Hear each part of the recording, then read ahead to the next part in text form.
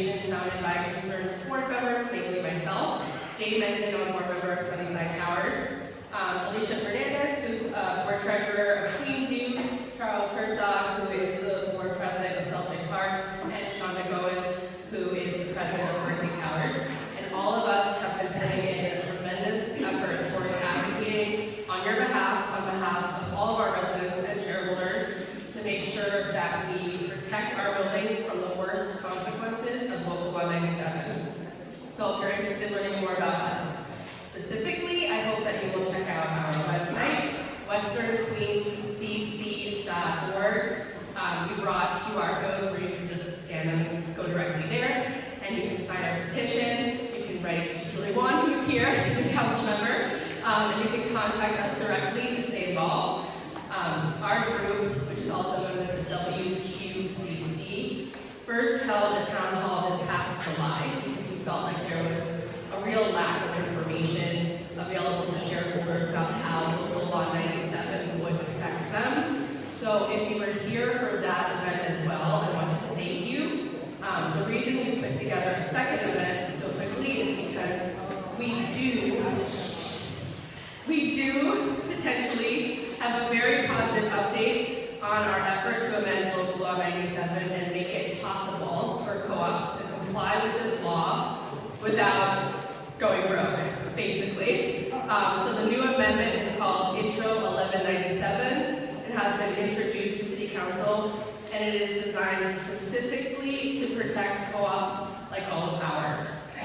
So to explain how and why you should support this amendment and what we can do to ensure that it gets passed, we brought you one of its key drafters, Jeff Mazel, who is the legal counsel to many co-ops in the outer boroughs. So Jeff, I turn the mic over to you, and thank you so much for being here. Yes.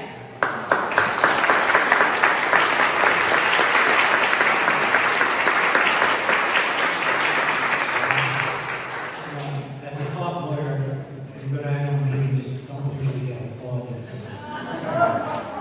I should drop the mic right now. I guess many of us met last time, or if you're in Celtic Park or Sunnyside Towers or other co-ops in the neighborhood, you probably met me along the way. This is an issue that found me. I did not find it.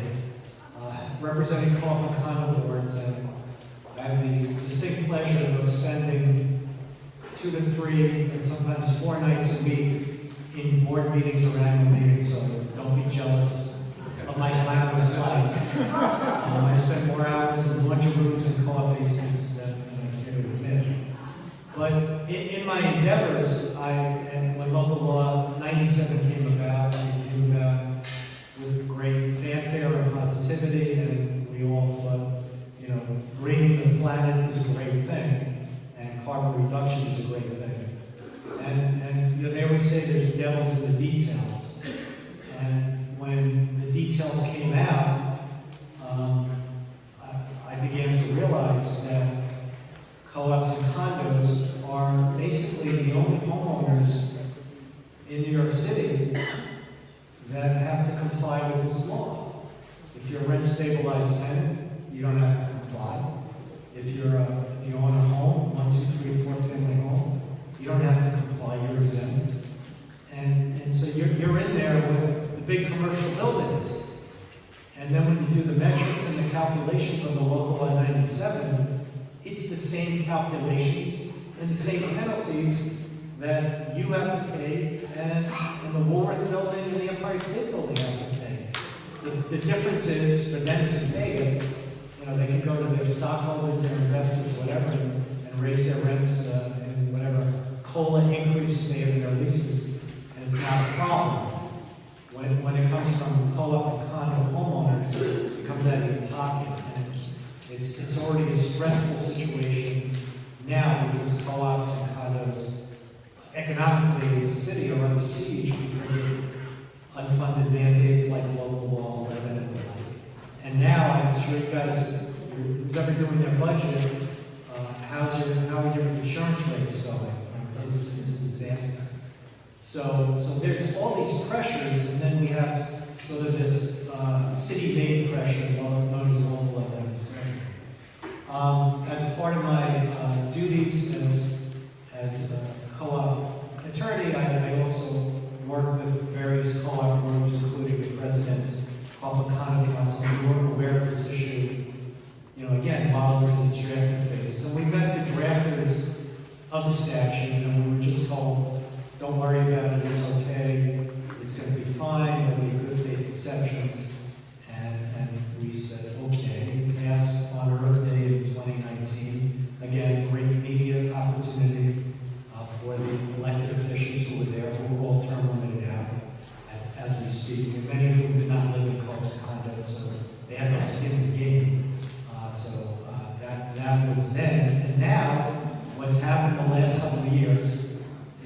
sitting in boardrooms, and boards have now been doing all their due diligence in terms of figuring out what do we do to comply with this law and how much will it cost. And I always give this example, and I give this example to somebody here tonight. I have one co-op in particular, it's a large co-op in Eastern Queens. They formed a local law 97 committee.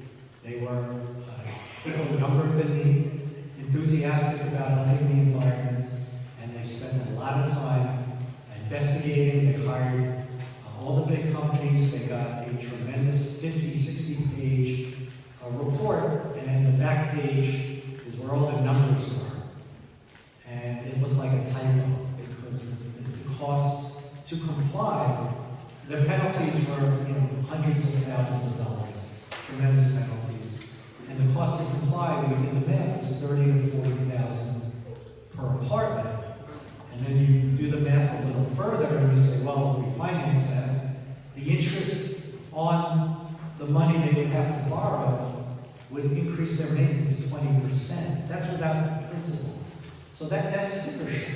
And again, a lot of the things they would have to do, they've already done, like their gas conversion they've done not long ago.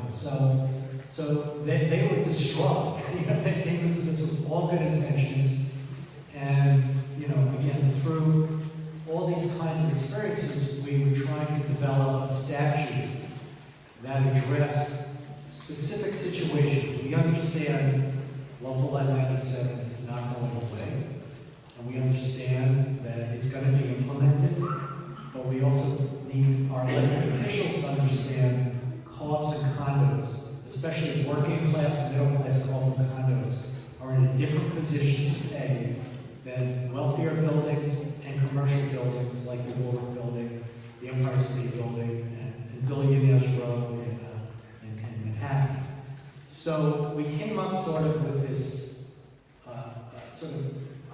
various ideas that we packaged into one statute. When I say we, it's working with the President's Council, various members from Western Queens, other co-op leaders, various organizations, and various elected officials, including Linda Lee, Councilmember Linda Lee, who's a great partner to co-ops, and we've been working with her on many issues over the years. And we came up with something called Local Law 1197.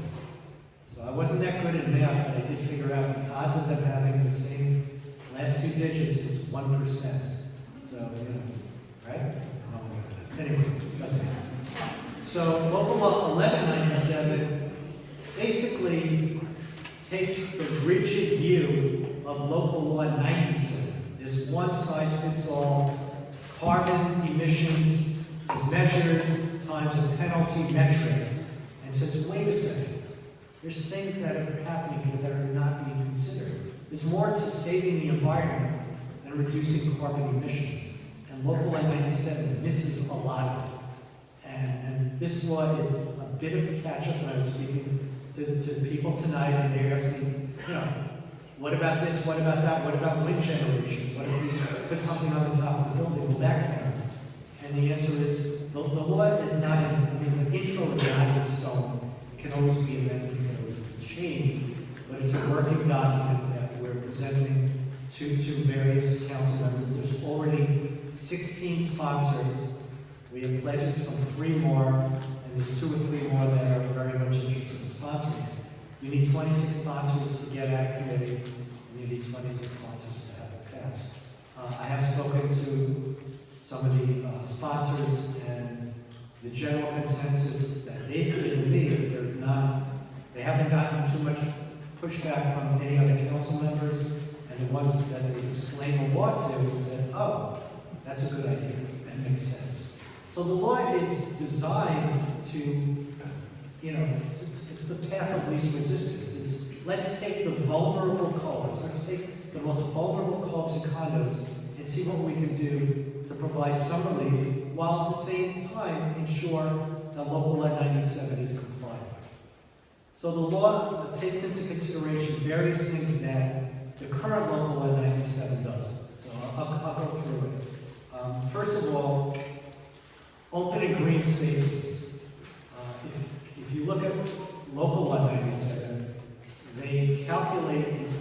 inside of the building. In fact, one of the rules after it was passed is if you have an atrium or a courtyard, it doesn't count that.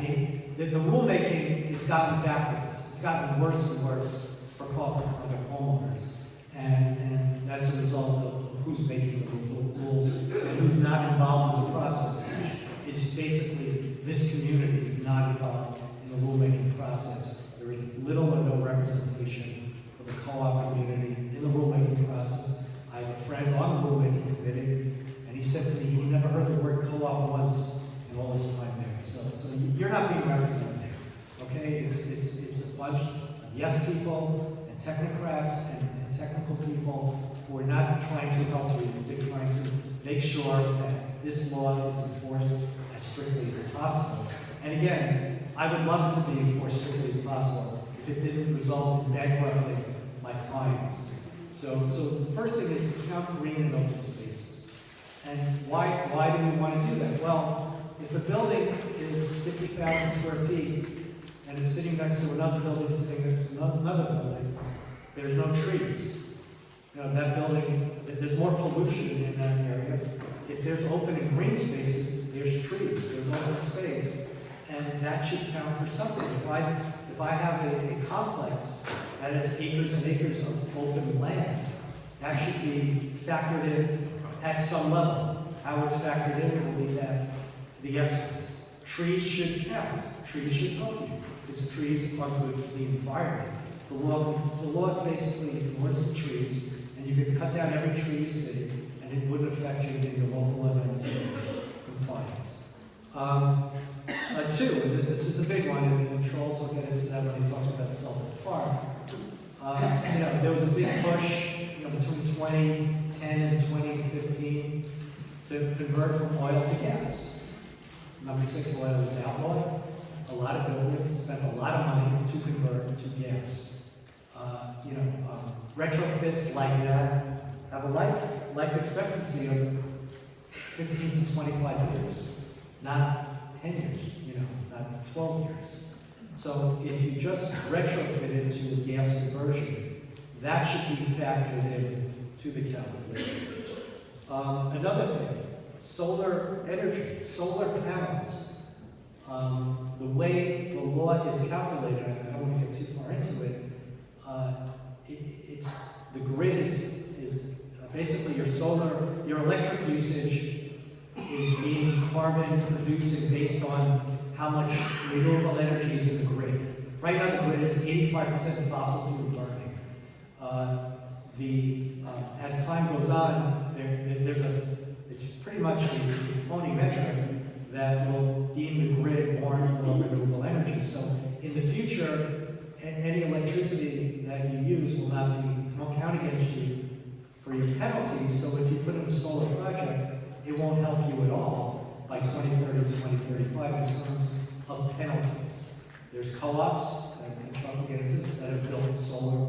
I represented 2 co-ops that did 2 of the largest solar installations of co-ops in the city. Georgetown used 900 plus units, and Celtic Park. And again, when they went online, elected officials came out. We were applauded as helping the environment. It's the equivalent of 20, 30,000 trees. Yet this law does not encourage it, and at a certain point, it makes little or no difference in terms of your local law 97 penalties. This law 1197 will change that. Why do we care? Because you can monetize solar panels. There's savings there. It'll pay for itself after 5-7 years. When you electrify with electric boilers or heat pumps, you're just buying a different set of equipment. You're not going to monetize that. So something like this could pay for itself as you generate the electricity. Buildings, and this was an important one, and buildings with an assessed valuation of $65,000 or less, which basically is a sort of a backward or a legislative way of saying middle class and working class housing. And I'm pretty sure everybody's building here would fall into that category. We would push back the local law 97 penalties for 6 years, and then starting in 2030, and from 2036 to 2040, they would phase in. What's the idea behind this? Well, it'll give your buildings the chance to see what works in other buildings, the ones that are over 65,000. It'll give your facilities, your heating facility, your gas boiler, whatever, an opportunity to age out. And if you finance these retrofits prior, at a certain point you'll be refinancing your mortgage, so you could do everything, a little later. And the technology will be more advanced, and the grid will be more mature in terms of renewable energy. I don't know if anybody saw the news in Long Beach this weekend, but there was going to be this in the works, a wind farm off Long Island that was going to generate electricity for 1 million homes, and the transmission line was going to go right down the main street of Long Beach. Well, guess what? People in Long Beach are not happy about that, because I guess they don't want to start blowing. It was on the news. So anyway, so the governor signed a law that said local municipalities can have a say in it, because there's a law that says there was the developer, I think they were called Equinor or something like that. The wind farm developer wanted just to be able to right away wherever they wanted, and the governor said no. So the wind farms are going to be delayed, especially if it's got to go through local approval, because I don't know that, if I lived on Main Street anywhere, I would want, and they literally would go down Main Street of Long Beach, that you would want that there.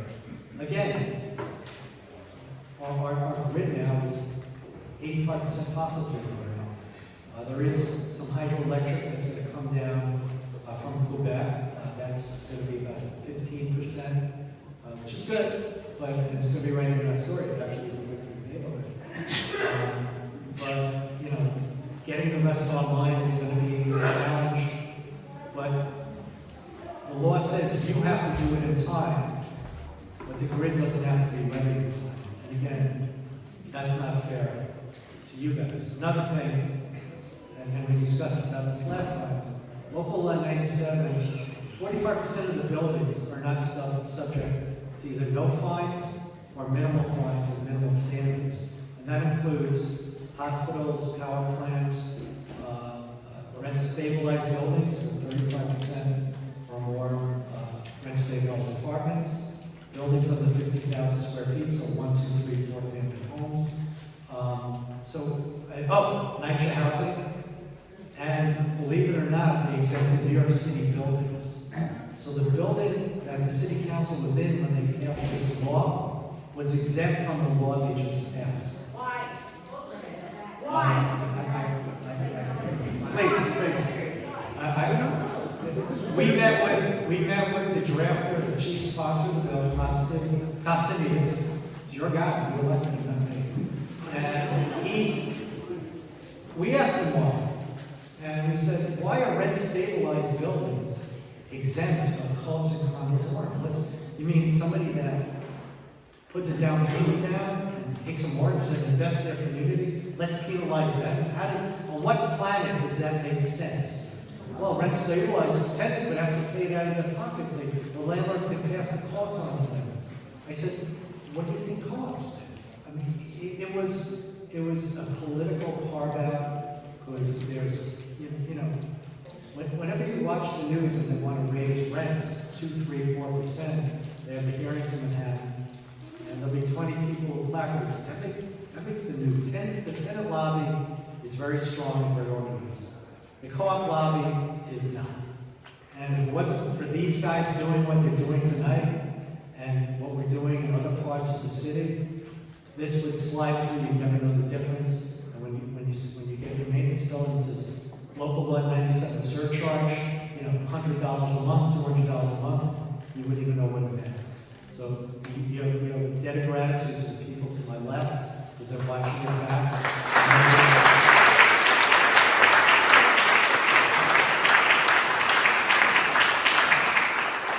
And so, what else do we want to say? There's also one other thing. In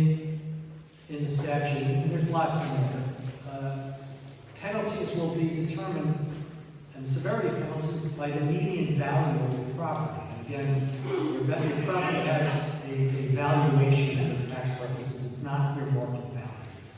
And a building with a median value of, let's say, $50,000 versus one with $200,000, why should they be subject to the same penalty? Because almost by definition, the wherewithal of the building with the multi-million-dollar apartments is much higher than the building with the $50,000 median valuation. So we're trying to bring a human element into the law because there is none right now. During while the law is being drafted, Councilman Credential, who's a good friend of mine at the time, and I love him to death.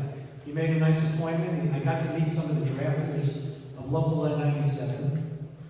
And I walk in a room, and there's 6 people, much younger than me, with laptops, sitting there with laptops. I'm like, why does everybody have a laptop? They were data scientists. They were counting carbon emissions. I said, what about people? No, what about how much it's going to cost? They didn't care. It was not part of this statute. It was not part of this calculation. It's our job to make it part of the calculation. And we've gone to dozens of elected officials. We've met with anybody that would listen to us. We've met with the chairperson of DEP. We've met with housing. We've met with anybody who will meet with us. We have Julie Wine here tonight. I really appreciate you coming and listening. This is an important issue.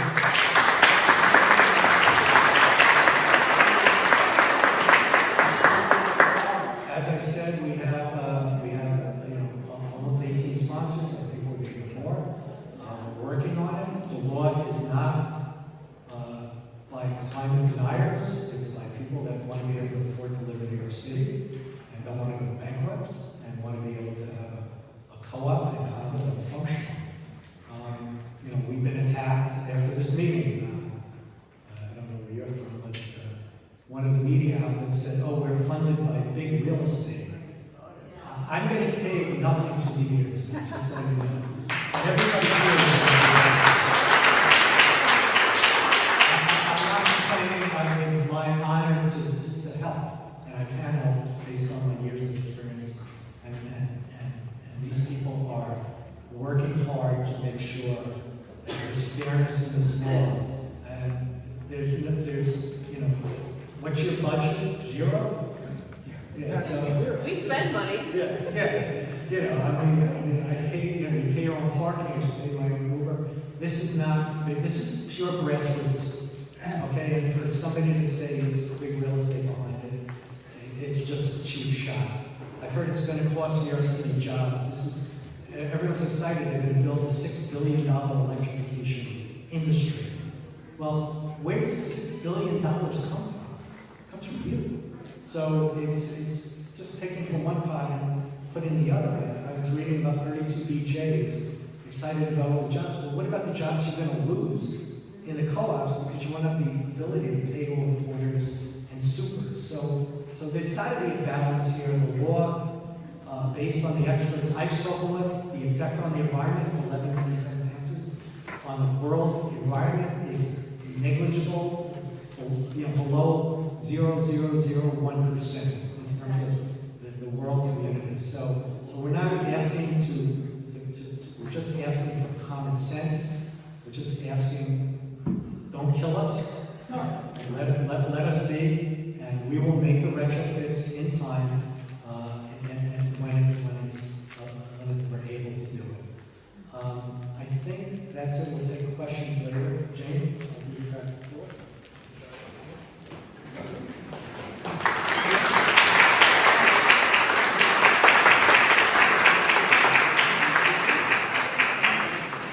Thank you, Jane. Thank you, everybody. I'm Charles Herzog, as you heard. I'm the president of Celtic Park, and we're very green. I'm talking to my side here. We are 756 units. We cover 25 buildings across 2 blocks. Within each block, we have a lot of trees, courtyards. We replace all the lighting in the common areas with LED. Our 24 elevators are completely modernized to be up to code with 2 city mandates. One isn't due until 26, so we're ahead of the curve there. And we completed oil to gas boiler conversion with all 7 of our boilers, as it says. We've installed solar panels, all 25 built roofs, and in our parking lot. And we estimate that takes will generate about 15 to 20% of the electricity for our common areas. And guess what? Just about a week ago, we received an A energy rating, just last week. And with all that, we could still face over $2 million in fines in 2030. And you know, like many of you, as Jeff said, we're middle to lower income. Many of us are senior citizens, and we just can't afford it. So the good news is that if Intro 1197 passes, our green spaces, our oil to gas conversion, and our solar panels will count to lower our fines, perhaps eliminate them. So at the July meeting, I said I was terrified. I'm a little less terrified now. Now I'm more hopeful than I am terrified. And I do respectfully ask City Council, City Member Wong, to please support 1197. It's the right thing for Celtic Park, and it's the right thing for Queens. Thank you.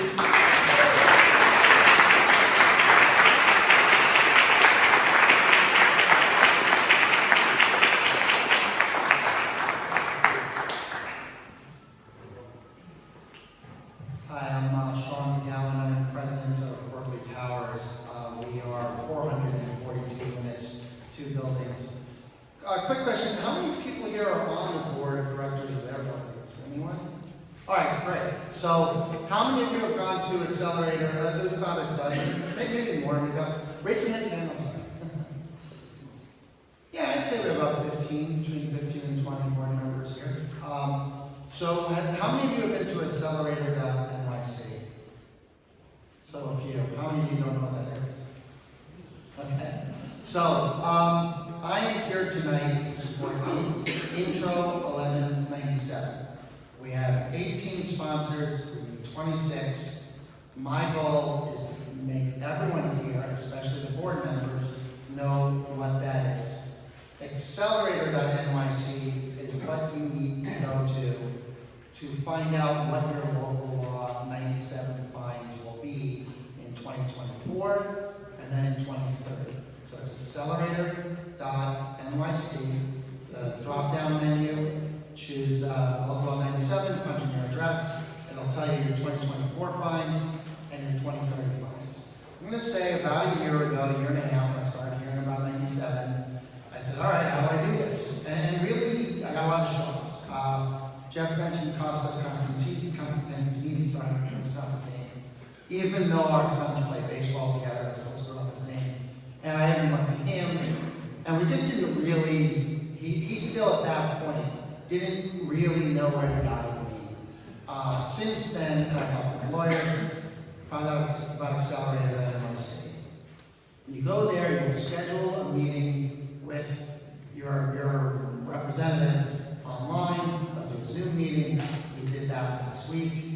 I got an energy report just today, which doesn't make any sense to me yet, but we're going to meet with her next week. My understanding from my fellow board directors, people here, is that that's probably going to turn into a report from an engineer, and that's where I'm going to really learn what my building is going to have to pay to avoid the fines of 2030.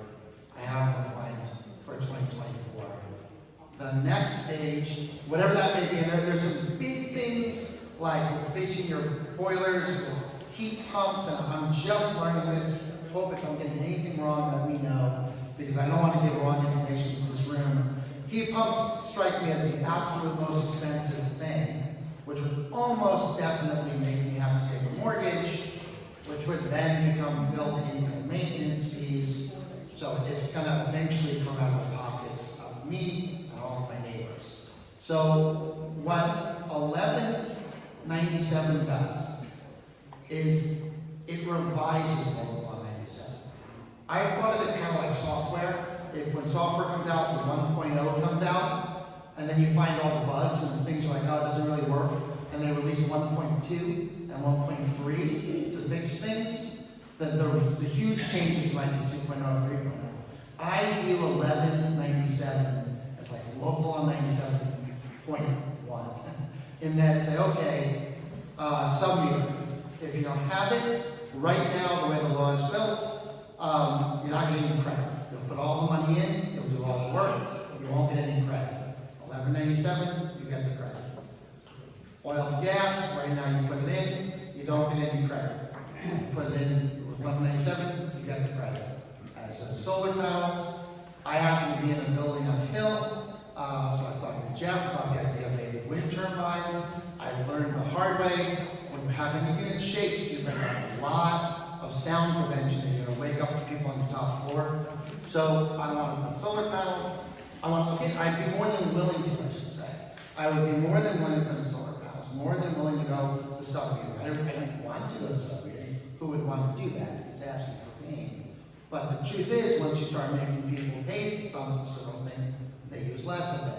So I will go through the sub-meter, and if I can tell my shareholders, we are given a break on our 2030 fines if I put this in, and we will use less energy, which is the spirit of the law.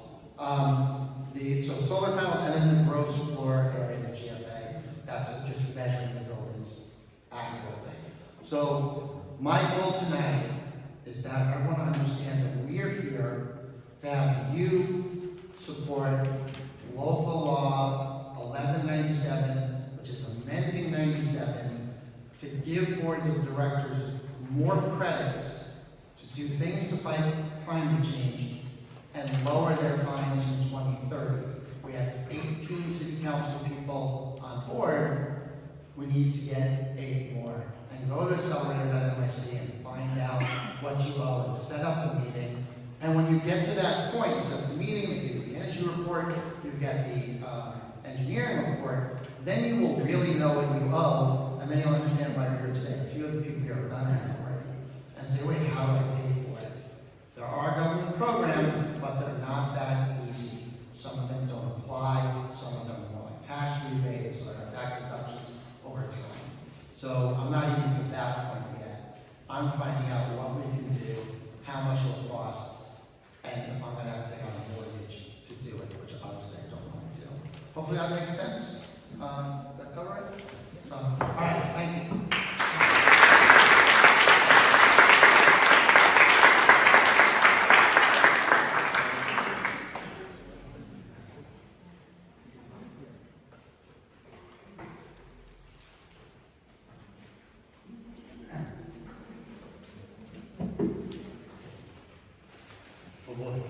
Good evening. My name is John DeGold. I represent Big 6000 as their president. We're 182 units. We're a standalone island, which means we're not hooked to the grid. I've been working on this, you said 19? I've been on this since 19, so. Excuse me? Can you just talk a little slower? Because I'm Irish. I'm Irish. You just rattle on. I'll try. Just I've used that before. We've been working on this since 2019. We're a standalone island. We produce our own power. We're not hooked to the grid. We did a survey. I got a 290-page report. Tells you what it's going to be in the future for us.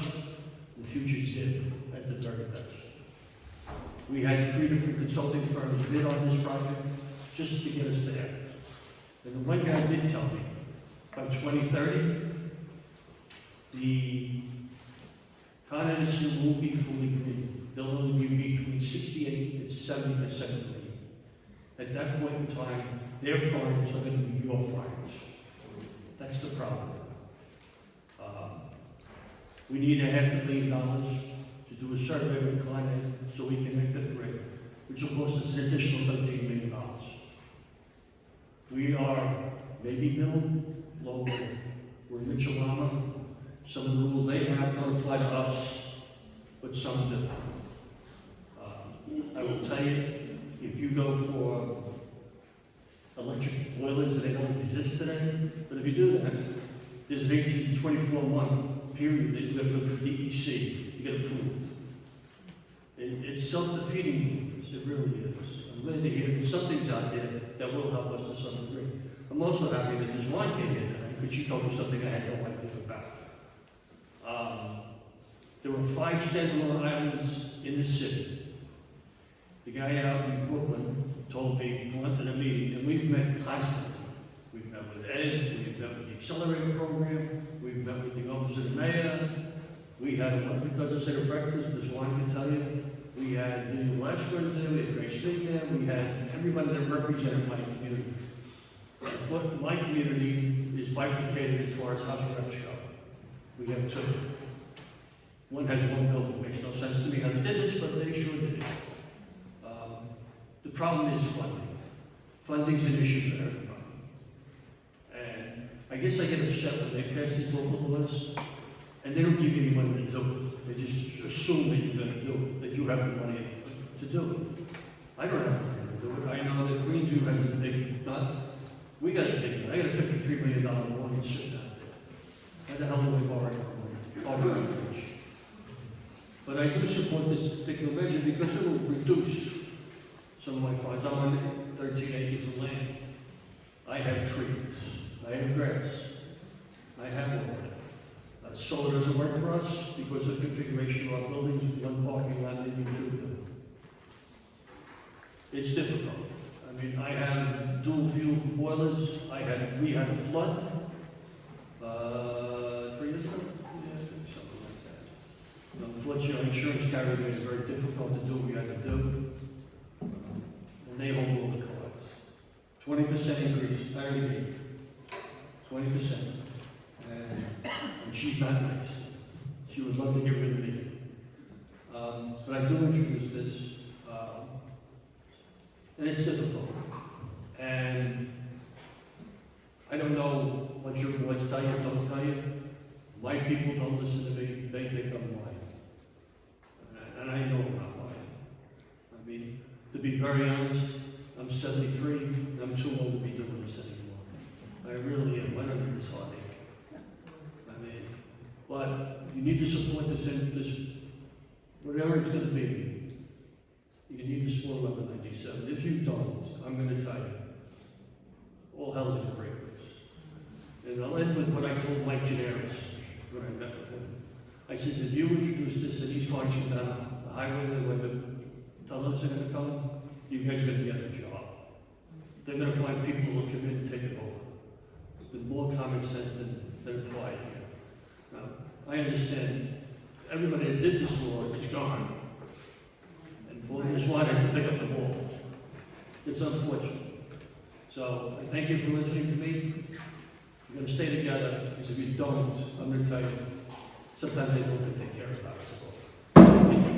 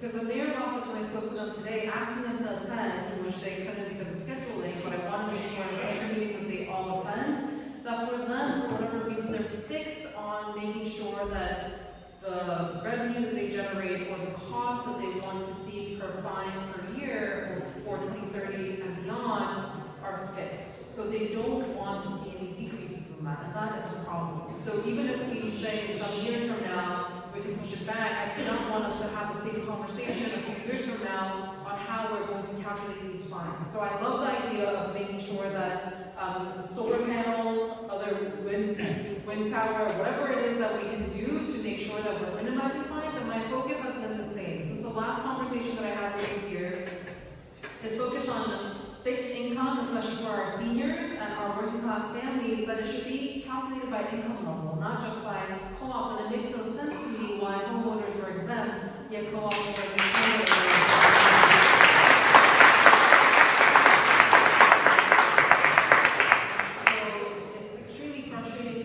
happening. I'm sorry, this was not a bill that was introduced in my time. This came from my predecessor before I was in office, but I'm here with you. I've been listening. I'm reading every single email. We're listening to every single phone call. Isaac Blazenstein is my legislative director and land use director that is available to you, as well as Greg, who's here. He's our legislative fellow. We are happy to work with you to work with your state accelerator. My biggest question to the mayor's office, to DOB, has been the same, which is the New York City Accelerator will tell me what the estimate fines will be, but no one can tell me what the conversion will cost until you go through this very extraneous process, as you heard Sean talk about from Berkeley Towers, on what the engineers estimate what the cost will be, but again, that's an estimate. So it's not fair for working class communities like ours, where you tell me that you're going to implement the law, yet there is no feasibility study until after the law is implemented. The feasibility study should come before, not after. And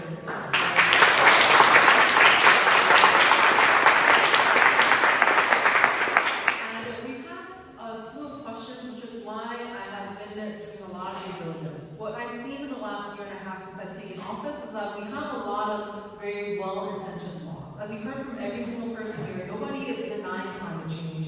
I'm not denying climate change. I understand that we all have to do our part, but we also have to do our due diligence before passing laws so that we don't find ourselves in this situation ever again. So for all of the bills that we are signing on to, we are going through a very lengthy process, which is why we're not taking long, but I am committed to making sure that we support this bill. We're going to have a few more conversations, for example, with NYCC and the New York City Accelerator and the Department of Environmental Protection, because they are telling me that I am misinformed, telling me that I'm being lobbied by Red, but you all are not empty. You are my neighbors who live here. And the discrepancies that I'm hearing is so vast that it's unbelievable. Like, for example, I came here, grabbed a slice of pizza, read this board, scratched my head, I sat down next to Greg, and I was like, what's happening? In the spreadsheet that we received from the city, from the mayor's office, for Celtic Park, they have told us, according to the New York City Accelerator website, that it's going to be $233,800 for the fine. Yet it's clearly $2 million when you go through the actual engineering process. So that's very misleading for us to have a public website that tells you that your fines will be a dollar amount, and yet it's more than $233,000 versus $2 million is insurmountable. That is going to lead to people's bankruptcy. So these are some of the things that I have very strong concerns about that I'm going to get addressed, and you have my full support that I will make sure that no one in my district is being unfairly fined, and that we have clear answers as well as an implementation plan and a rollout that isn't messy so that no one is hurt. Because since I've taken office, I've asked New York City, the mayor's office or Department of Buildings to have an information session with us or a town hall themselves if they don't want to attend ours. They still won't have one. So I'm going to request it again, and I invite all of you to come because we deserve to have our questions answered, and they need to hear your feedback. So I thank you for taking your time out on a Monday evening to be here, and I just thank you for all of your efforts and organizing and for continuing to fight this fight, and I will support you all the way. Thank you so much.